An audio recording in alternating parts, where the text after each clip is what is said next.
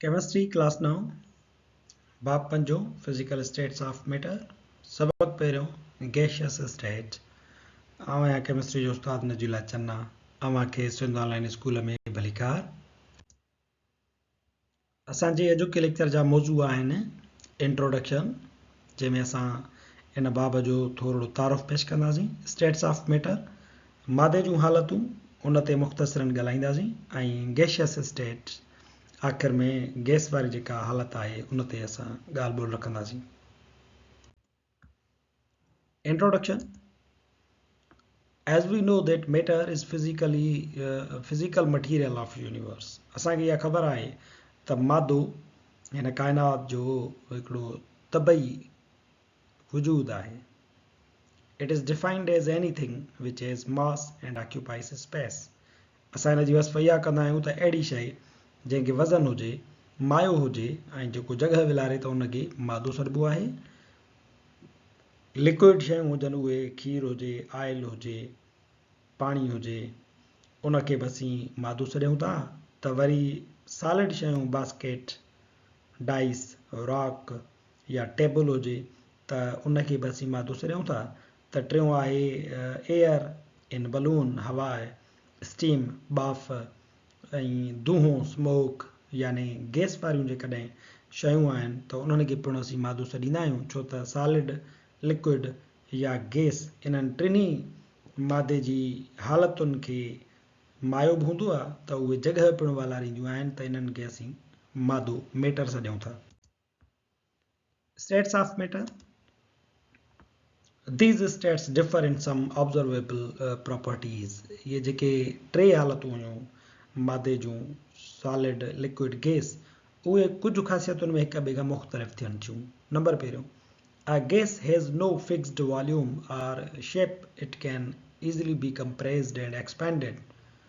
Gas खे न पंहिंजो फिक्स वॉल्यूम हिकिड़ो मुक़ररु को मिक़दार हूंदो आहे न ई वरी उनखे को मुक़ररु शेप यानी का सूरत हूंदी आहे it can easily be compressed. उनखे तव्हां सुकड़ाए बि सघो था आसानी सां ऐं उनखे तव्हां वरी फैलाए बि सघो था आसानी सां मिसाल जे तौर ते सॉलिड जेको आहे उहो ॾिसो त तव्हांखे कहिड़े बि कंटेनर में तव्हां कंहिं सॉलिड शइ खे रखो चाक खे रखो या कंहिं चौकुंडे हिकिड़े काठ जे टुकड़े खे रखो त उहो हिकिड़े जार में बि साॻी शिकिल में हूंदो साॻे ई मिक़दार में हूंदो त वरी हिकिड़े जेकॾहिं तव्हां उनखे फ्लास्क में रखो त उनजे अंदरि बि साॻे ई शेप में हूंदो ऐं साॻी जॻह विलारींदो जेकॾहिं उनखे तव्हां हिकिड़े कोन टाइप थांव में रखो था त उन में बि तव्हांखे उहो साॻे ई शेप में नज़र ईंदो ऐं साॻे ई वरी मिक़दार में बि हूंदो पर गैस ईअं कोन हूंदी आहे गैस जेका आहे उहा जेकॾहिं उनखे वधीक थांव मिलंदो त एक्सपेंड थी वेंदी उनखे तव्हां सोढ़ो थांव ॾींदोसि प्रेशराइज़ कंदोसि त उहा वरी कंप्रेस थी वेंदी सोढ़ी थी वेंदी यानी उनखे पंहिंजो वॉल्यूम बि कोन्हे को ऐं उनखे पंहिंजो शेप बि कोन्हे को जहिड़े थांव में रखंदोसि ओड़ी जॻह वठंदी जॾहिं त जेको लिक्विड स्टेट आहे उनखे पंहिंजो फिक्स शेप त कोन हूंदो आहे पर उनखे फिक्स वॉल्यूम हूंदो आहे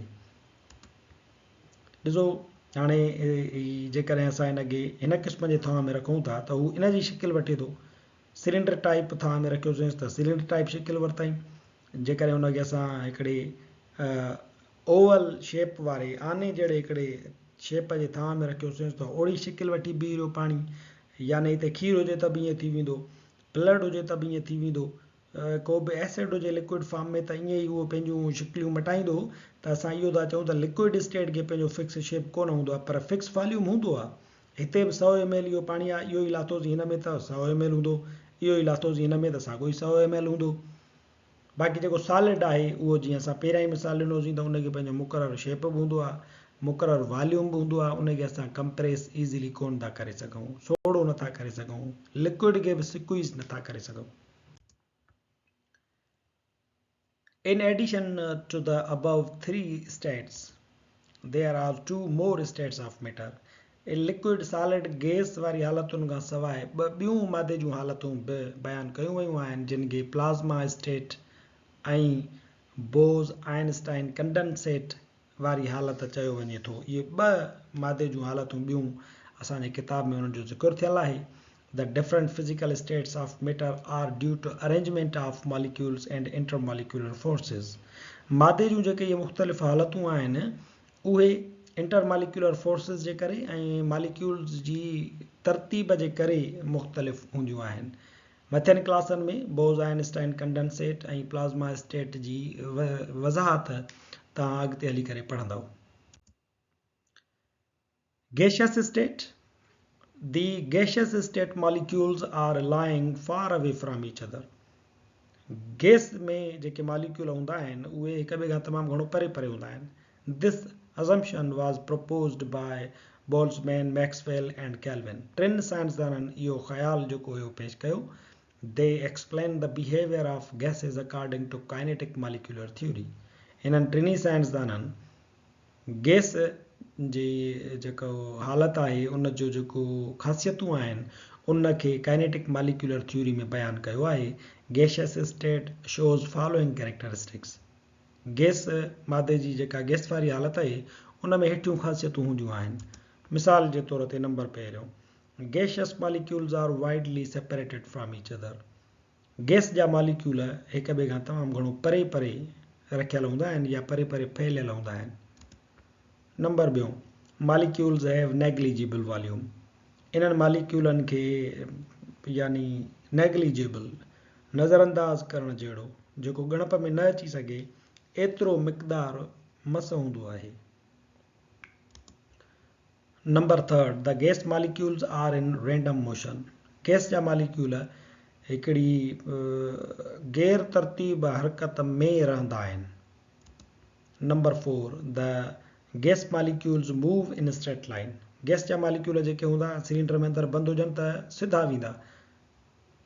until they collide with other molecules or walls of container. सिधा वेंदा पर परियां को मॉलिक्यूल मिली वञे त वरी पोइ मोड़ खाईंदा.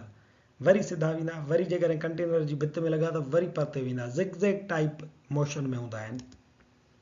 On collision, molecules don't lose energy. जॾहिं उहे टकराइजंदा आहिनि मॉलिक्यूल हिक ॿिए सां या भितियुनि सां त उहे पंहिंजी तवानाई कोन विञाईंदा आहिनि. They are elastic in nature.